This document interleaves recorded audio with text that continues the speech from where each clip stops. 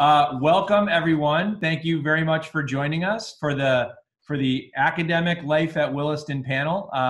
Really appreciate you tuning in, and I see some familiar names and some folks that have joined us already for one or two of the other panels, and I also see some new names too. So that's great.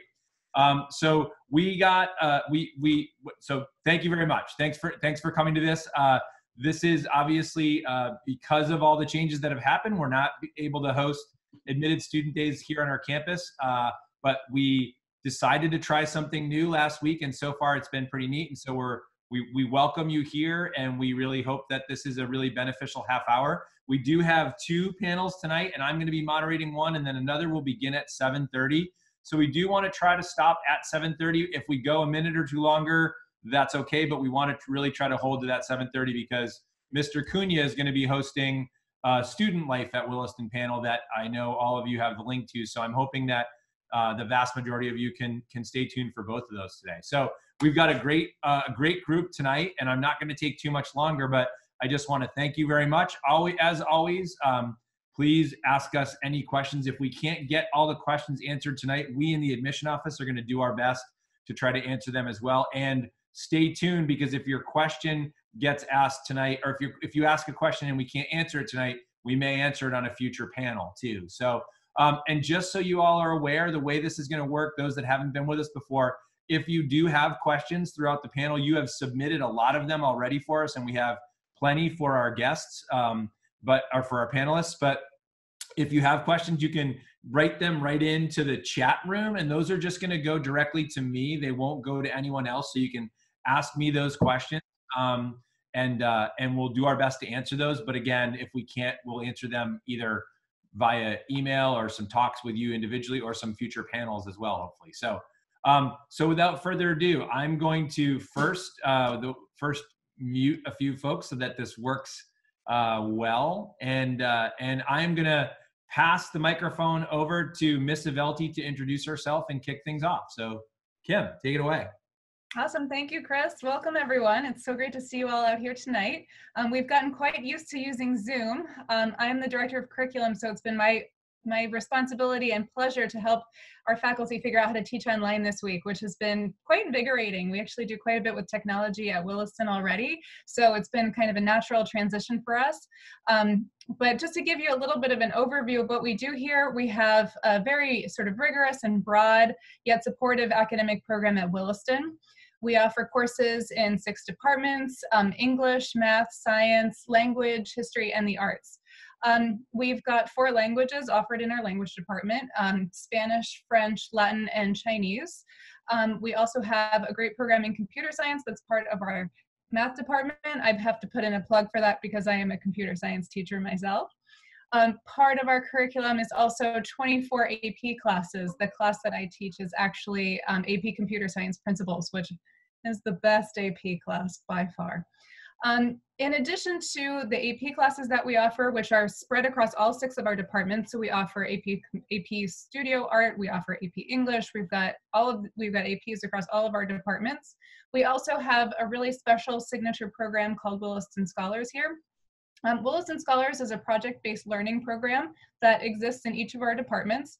And Williston Scholars students, which you'll hear some about from some of the students in the panel today, students are allowed to take a whole trimester to work on a project that they're passionate about.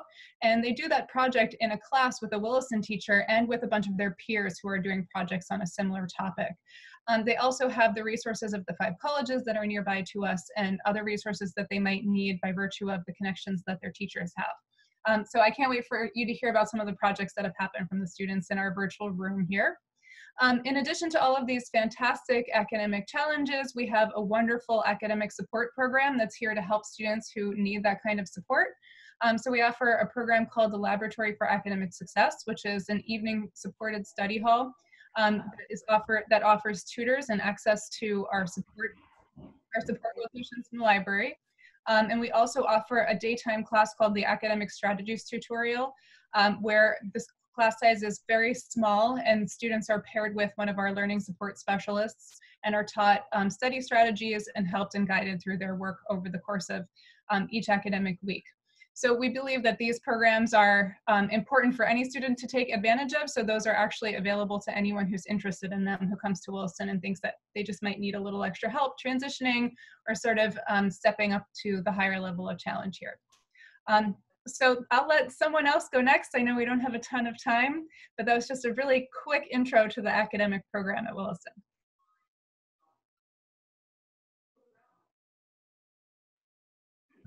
Thank you, Ms. Avelti. I forgot to unmute myself. A couple of my colleagues have reminded me I forgot to give the public public service announcement that just so you all are aware, we are recording this. So some folks in different time zones can't tune in for some of these. So we're recording them and putting them up on our williston.com welcome page that many of you have seen. So I just want to make sure that more to let everybody know that in fact, if you have your camera on, you are being recorded and it will be up on our website. So if that's something that you don't want, you can just turn your video off and we'll just see your name. So first question, we're going to go to a student first. So I'm going to go to Bree Banis on this one. Bree, one of the folks have asked, sometimes schools have a class that's very popular with students. Is there a class like that at Williston for the junior or senior class? And if so, what is it? Okay, so hi, I'm Bree. I'm a senior this year. I'm from San Jose, California. And I would say there are a lot of really popular classes. A lot of our students take AP classes, so we don't have tons of room in our schedules, but I know that there are electives that you can take by trimester. Some of the more popular ones in the science department are animal behavior and forensics. Some of the popular ones in the history and social studies department are international relations, I think Native American history and studies, and also African American history and studies are both really popular classes. Also in the English class, I know a lot of my friends have had a lot of fun taking creative writing. So there are a lot of classes that are really popular, especially in electives that you can take throughout trimesters and really expand your horizons and learn about tons of different stuff. Yeah. All right, thank you, Bree. So the next question, this seems like a no-brainer for Mr. Seaman. So Mr. Seaman, what are the possible math course sequences at Williston? Specifically, do all ninth grade students start in Algebra 1, or do some students start in Algebra 2 or other courses? Hi, everybody. I'm Mr. Stephen, the head of the math department, and we have an extraordinarily broad range of courses in the math department. We have 26 in all. When a student enrolls in Williston, we do two things to figure out where we're going to place them, two really big things, which is we read deeply the file that we have on that student, and we also have an adaptive placement test that we use. Students will take that online early in the summer before the fall, and they do an intake questionnaire, which then starts them off at a certain point in the math placement test. And then as they progress based on how they do with each topic in each section, the test adjusts itself and then results in giving us data that we pair with the file that we read. That means that students can be placed pretty much anywhere on our spectrum. We have students that start in Algebra 1, start in Algebra 2, start in geometry. We have students that place into pre-calculus. We want students to be matched with the math sequence that works best for them. We fully realize that people come into Williston with a vast mix of math backgrounds, and we work really hard to make sure they find success by finding the right course for them. We specifically emphasize in that process all of those data points. So nothing is 100% set in stone. There's no, you have to do this to get to here. We are really listening to the student. And for me personally, and within the whole math department, we really believe in having students rise to the challenges that they want to rise to, and also encourage them to rise to those challenges. So students have a lot of freedom to start where they feel most comfortable, and we do active check-ins to see how they're doing, so that once a student is placed, it's not they're there and that's it. It's there, and they're constantly being communicated with, and we're figuring out if it's the right place for them. But with 26 different courses running, there are many different paths, and students in ninth grade can start in Algebra 1 all the way up through pre-calculus. All right, thank you, Mr. Seaman. I'm going to go to Mr. Policia for the next one. Mr. Policia, one of the students has asked, what percentage of faculty reside on campus? And based on that, how readily available is extra help in the evenings? Great. So first of all, it's great to see everyone this evening. As Mr. Dietrich said, my name is Mr. Policia. I teach in the science department here, a variety of courses. I'm also the head track and field coach, and I live on campus. I live in Conant House. About 85% of our faculty, I believe, live on campus. Some of us in dorms, some of us in separate houses. Everyone who does live on campus does some sort of evening duty. A lot of us work directly in the dorms, and in the evening, students can meet with them for extra help while they're on duty.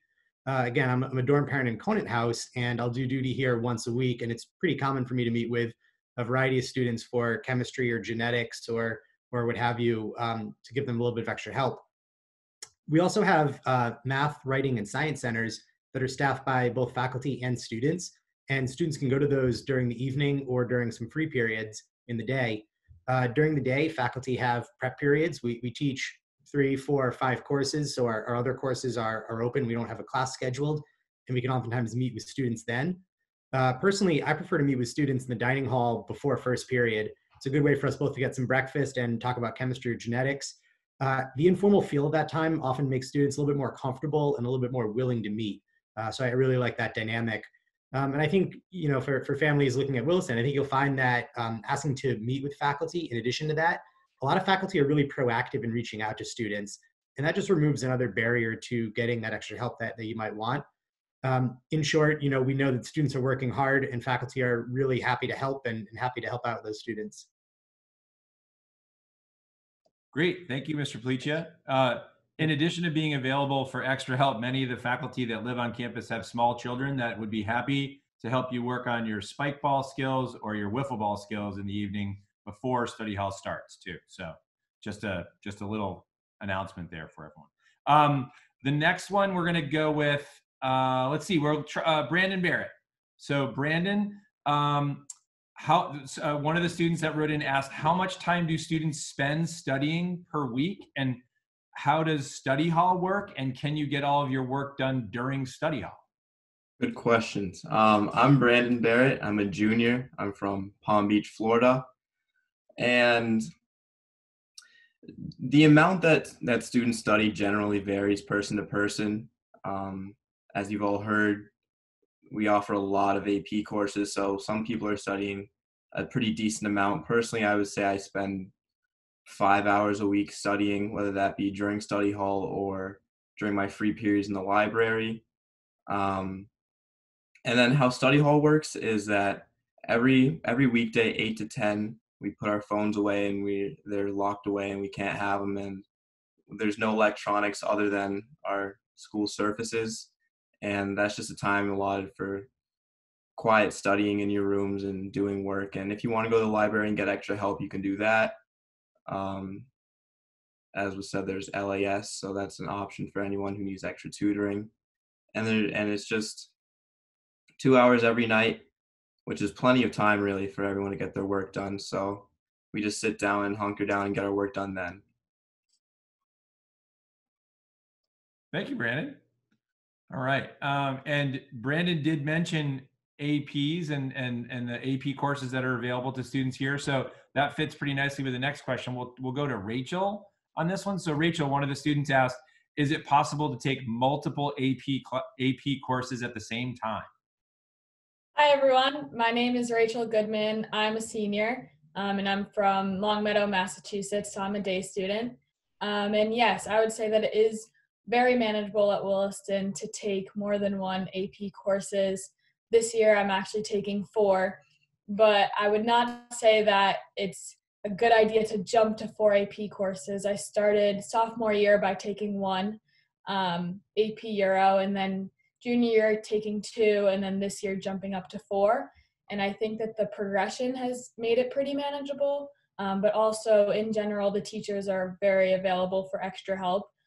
So I would not be able to do that without meeting with my teachers at least once a week.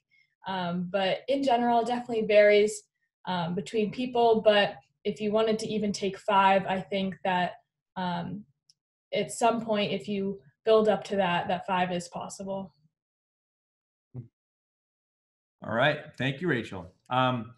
So next question, I think this is certainly a good one for Gabe. So I'm gonna kick it over to my advisee, Gabe, on this one, who is a good working example of this. So Gabe, the question that someone asked is, how is it possible to manage sports, clubs, and everything else Williston offers while also having time to get good grades? For starters, I'm Gabe. I'm a two-year senior from Oakland, California. I'm on varsity football and track. I'm the head of our Wildest Cats Club, which is our student activities club, and I take a couple APs. I don't take 4, Rachel. That's pretty impressive. But what's it called? So I'd say the main key to balancing your interests, especially at a place at Williston where you want to dive into all your interests, because there's such great experiences to be found everywhere, in sports, in clubs, in school, everywhere, really. You really have to find what you're interested in, and you have to prioritize. I'd say prioritization is definitely like the number one thing you have to think about, because it's, I want to do what's most important to me first, and then I want to do the more secondary things. But, to get good grades and balance all your interests, really, I'd say the most important thing is time management and meeting with your teachers, communicating with your teachers. Because, you have to, there's only a certain amount of time in the day. You have to, realize that you have to get everything that you need to do done. And in order to do what you need to do, you need to prioritize. And your teachers just make that so much simpler, because if you're having issues or if you really just need anything, your teachers are always there to support you. And I'd say that's really the best thing about Williston, is just the lengths that your teachers will go to support you and how great they are. All right. Thank you, Gabe. So we're going to do a couple other different questions, but we've actually had a couple of come in. And so I think one of them, Miss Avelti, I think this is a pretty good one for you to try, and I think you can go into as much depth as you'd like to, but one of the folks that's here tonight asked about online courses and our virtual lesson planning and what we're doing with that right now and what that looks like. So I think you're an easy one to try to answer that one. So Miss Avelti, take it away. Sure, happy to. So right now we just started our second day. Today we just finished, I guess, our second day of training to prepare our faculty for a transition to remote learning. So we are a school that gives all of our we provide all of our students with a Microsoft Surface, and all of our faculty have that same device. So lucky for us, we sort of started way ahead of the game, because our students and teachers are already so proficient with the use of technology. We already typically share OneNote notebooks with our students as faculty. So I, for example, have a notebook that I share with my students, and I distribute all my materials that way already. And a lot of teachers already do it that way. So even though we've got tons of great in-person time, and I live literally down the hall from most of my students, we still share most of our resources electronically to begin with. So for us, we've had to focus less on the technology transition, and we've been able to spend a whole lot of our time thinking about how to make this a good, strong learning experience for our students. So we've thought about activities that we can do that make more sense and actually sort of bring out some better and more interesting ways to interact with content online. Like, let's try some new software, let's try some new ways of communicating with one another. We've talked about how we can even modify things like our art courses to fit online, because we don't want to have a trimester where nobody's taking art. That's really important to us. So it's been a conversation about how we can take the work that we did in person, translate to the online experience in a place like Zoom, and then take it even further and improve what we were doing in the past with that. And I've got a few other teachers here who might want to chime in about things that they're doing with the work upcoming, but I know that for me personally, in my computer science class, we're going to be taking a really project-based approach over the next few weeks, which will be sort of a different take for us, but it'll be really fun and a really interesting way for our students to keep learning. All right, thank you very much, Ms. Avelti. I think, yeah, if Mr. Steeman or Mr. Policia have opened up both of your mics, so if you wanted to each share a little bit about how you're feeling about this and what you're going to be trying out, that'd be terrific. I keep on getting back to being really excited. At first, it was, of course, extraordinarily daunting to think about. And then I realized that it wasn't as huge of a transition as I thought it would be, and it offers an extraordinary opportunity. For example, in my calculus class, the class is already flipped. The kids are watching the lecture videos outside of class, and we are functionally doing what was the traditional homework in class, face-to-face. We're leveraging the face-to-face time for the connection. So I ran a call for my kids, this calculus build team that I pulled together, recruited some kids to help me figure out how to bring this world together online. And the 2 kids from my calculus class, like, we got this, we can do this. This is great. Okay, cool. So we played around with breakout rooms, and they've already started collaborating online and building content and choosing content. So that transition was pretty exciting. And the real big thing was they were talking about, like, what more can we do? What can we do now that we're really taking the roof off and seeing what we can play with? And then in my BC and AP calculus classes, there'll be screen recording, they'll be recording AP questions, and we'll be setting them up for success. But it's simultaneously exciting and new, and it improves the motivation for and all of the quality collaborative generation we're doing. Like, the best work is done all together, and we're really leaning into that. Right. So I would echo exactly what Mr. Seaman was saying. I think that was really well said. I teach 2 pretty different kinds of classes. I teach a chemistry class that is a first-year chemistry class, and one of the goals of it is to prepare students for AP chemistry. And that still is our goal, and we're still really confident we're going to be able to do that. So as Mr. Dietrich was saying, or as Ms. Avelti, I believe, was saying, having the Surface and OneNote and these devices at our disposal, we really had a leg up in transitioning to an online forum where, speaking for the science department, we feel very, very confident moving into this new territory. The other class I teach is genetics, which is a trimester elective, and it's going to be even a little bit shorter this spring. And rather than trying to adhere to what that curriculum has been in the past, there's a sense of liberation that comes at having now everything online, and the different possibilities we can explore, different collaborative projects we can explore, different current events we can explore, and having the asynchronous nature of online learning is going to give us tremendous flexibility there. So it's a little bit daunting from a prep standpoint, but from an education standpoint, really, really exciting to have this opportunity now. All right. Thank you. Thank you, Chris. Thank you, Josh. That was great. Of course. So we're gonna jump into a couple of. I'm gonna open up the student mics, and what I'll do is I'm gonna ask the students to answer the same question, not all at the same time. Let's see. Do I have everybody? Yep. Okay. So I'm gonna ask them to answer the same question, not at the same time, and I'll direct you. But if you guys want to kind of jump in on each other's answers a little bit, that's fine. We'll use good Zoom decorum. But what I would also say is that folks that are watching, that was a great question about our online courses, and that just came in. So we do have a few minutes after we do the last couple of questions. So if there are other questions that you have, or if questions that have come up during this, feel free to send them into the chat room, and we can throw them to our panelists as well. So, but we have a couple more questions that we're going to have the students and the teachers answer while that's happening. So the first one for the students, what so far in your Williston career, what has been your favorite course? What's been the favorite course that you've taken at Williston? And let's start with Bree. Okay. So my favorite class that I've taken at Williston is definitely AP Biology, which I'm taking right now. I took honors biology last year, and I loved it so much that I wanted to take AP Bio this year.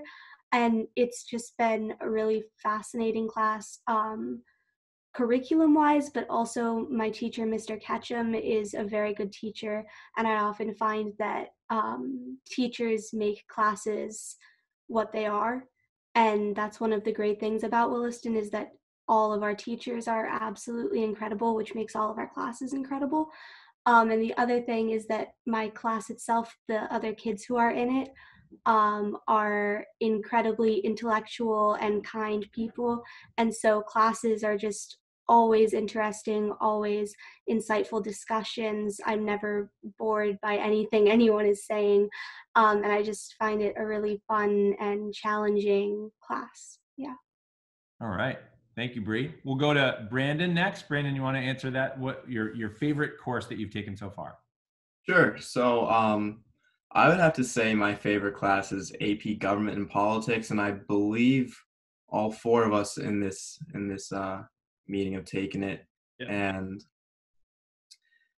I just really like the curriculum. I've always been interested in government and politics, and the way that Mr. Gunn teaches is very open, and there's debating and a lot of open discussion, which I really like as a class. And then through the end of the first trimester and the second trimester, we start to get in groups, and we start to work in groups for this big project at the end, AP Gov, or and at the end of AP Gov, which is We the People, a big academic contest where we drove out to Boston and went against other schools, and I thought that was really fun, and it was really cool to see the culmination of everyone's hard work on that one day, and it's a fun way to end the year. We the People is a phenomenal tradition at Williston. Yeah, and all these folks have taken part in it. It's a great constitutional debate contest that happens, and Williston has been very successful in that. So it's great that actually all four of you have been a part of that too. Rachel, favorite class at Williston? I'd have to agree with Brandon that AP Gov was one of my favorites, but my most favorite class is my AP Psychology class that I'm taking this year. And I think it's my favorite because it's so hands-on, and I really like the content that we learn in that class. And we're always happy and always laughing because of the cool experiments we get to do on each other. And it's just a very friendly environment. And I think that's why I like it so much. Awesome. Thanks, Rachel. Gabe? Well, I think Bree mentioned earlier, animal behavior. There was just a lot of freedom with the learning in the class in terms of the different labs we did. Like I think our culmination actually was we came in and it was the day our teacher, Mr. Chu, was going to tell us about the culmination or the term end test or exam or whatever. But we came into the class and he just said, "Okay, guys, what animals you guys want to get?" And I think that was just a really unique experience where I got to have freedom with my learning, and we got to pick what we wanted to do and design an experiment on an animal that we picked. And it was really just like a very self-guided learning experience. Awesome. Thank you, Gabe. I'm going to do one more question, and then we're going to do a quick speed round with the teachers, and we're running out of time, and I want to get you to the student life panel. But there is a question that came in that I think is a pretty important one to address, and I'm opening up Ms. Avelti's mic. I'll take a stab at the beginning, but it's a question that's on everybody's mind right now too, and that is, one of you asked about placement and how placement tests and things happen when we start in school, but really the origin of the question was, what will happen with placement if the COVID-19 pandemic continues?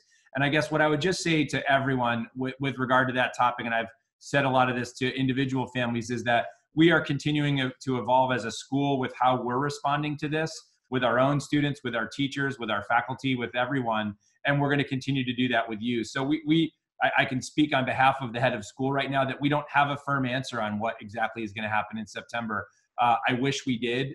We don't right now, but I can tell you that we are using all the wisdom that we have and all the very thoughtful folks that are here to come up with a plan on a daily, weekly, and monthly basis at this point. And as decisions are made and as things are evolving, we're going to keep in touch with you. So I can tell you that I can speak for our head of school on this, and tell you that our plan is to be here in September. That is what we all want. And that's we've had to make decisions where our students aren't on campus right now, but we're going to be here then. So to end on a nice, happier note, I'm going to open up the mics of the three teachers and ask them to quickly, within a minute, I guess, what is your favorite moment as a teacher here at Williston? So Ms. Avelti, start it off.